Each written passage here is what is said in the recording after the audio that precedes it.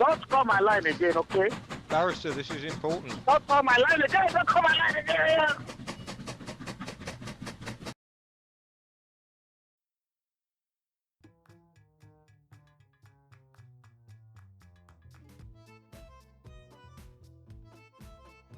Dear subscribers, this is part 2 of Mr. Babangoh Strikes. If you haven't played part 1 yet, please do so, or you won't appreciate what is going on here. Still here? Okay. Scammer James Edward was about to fleece his victim, Mr. Pricky, of £2,100 British when at the last moment the devious hacker from South Africa, Mr. Babangoh, stepped in and diverted the money to his own account. James Edward is incandescent with rage and calls Pricky again and again, but following Mr. Babangoh's instructions, Pricky has turned his phone off and he is not replying to any emails. A few days later, and James Edward is very surprised to receive a call from Pricky, who has realised that he has been conned by Babangoh and is outside the Western Union outlet, ready with a further £2,100 British for James, who is secretly delighted. Here's what happens. Please note that some of the call quality is poor, as Pricky has 2 mobile phones, and whilst in a call on one of them with Edward, he receives an incoming call from Babangoh on his second phone. This call is put on speakerphone so James Edward on the other line can hear it.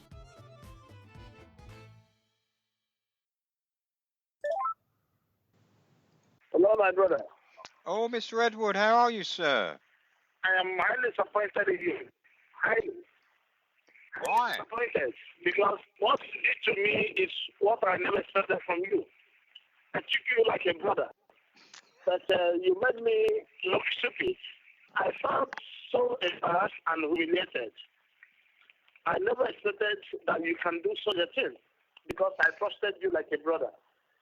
Mr. Babangoh has made me and you not to be one, and which is very, very wrong. Very, very wrong. I said, have you been talking with Mr. Babangoh? No, I have not heard from Mr. Babangoh. I've heard nothing from him, sir. And I don't know what's happened. I sent him that money. I sent him £2,100, sir.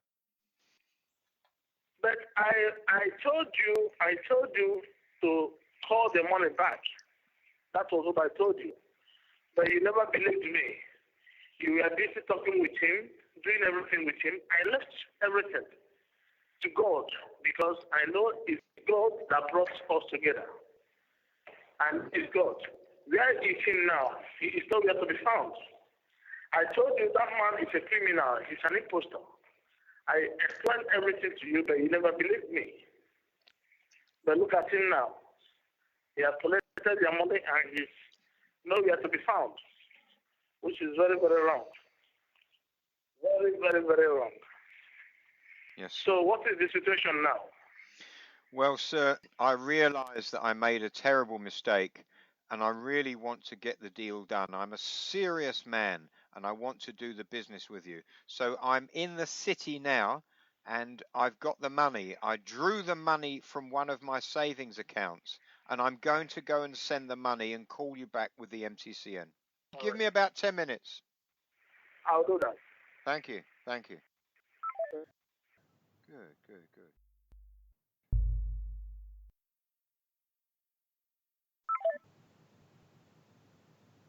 No, brother. Oh, hello, sir. Hello, sir. Okay, I'm in the Western Union now, and I've given the Western Union manager £1,050, sir, in British. Oh, hang on, sir. My other phone's going. My work phone's going. Hang on. Stay on the line. Take this call and be my boss. Hang on.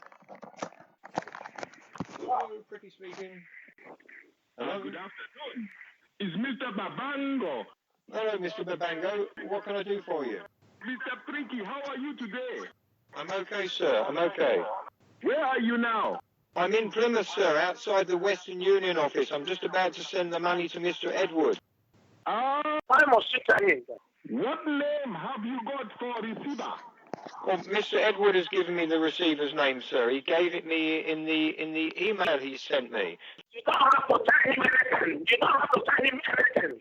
to Mr. Churisudo. Ah, that is not correct.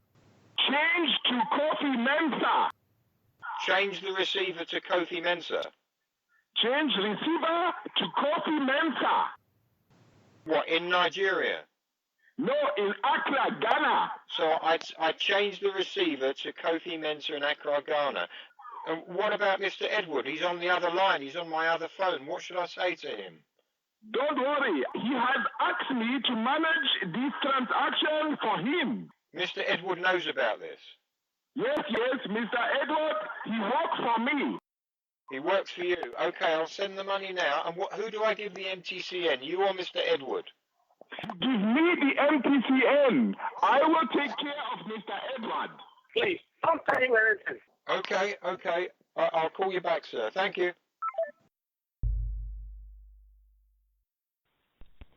Hello, your call cannot be taken at the moment, so please leave your message after the tone. Mr. Pricky, if you send that money to Babangoh, don't ever call me again. If you send that money to Babangoh, don't ever call my number again for any reason.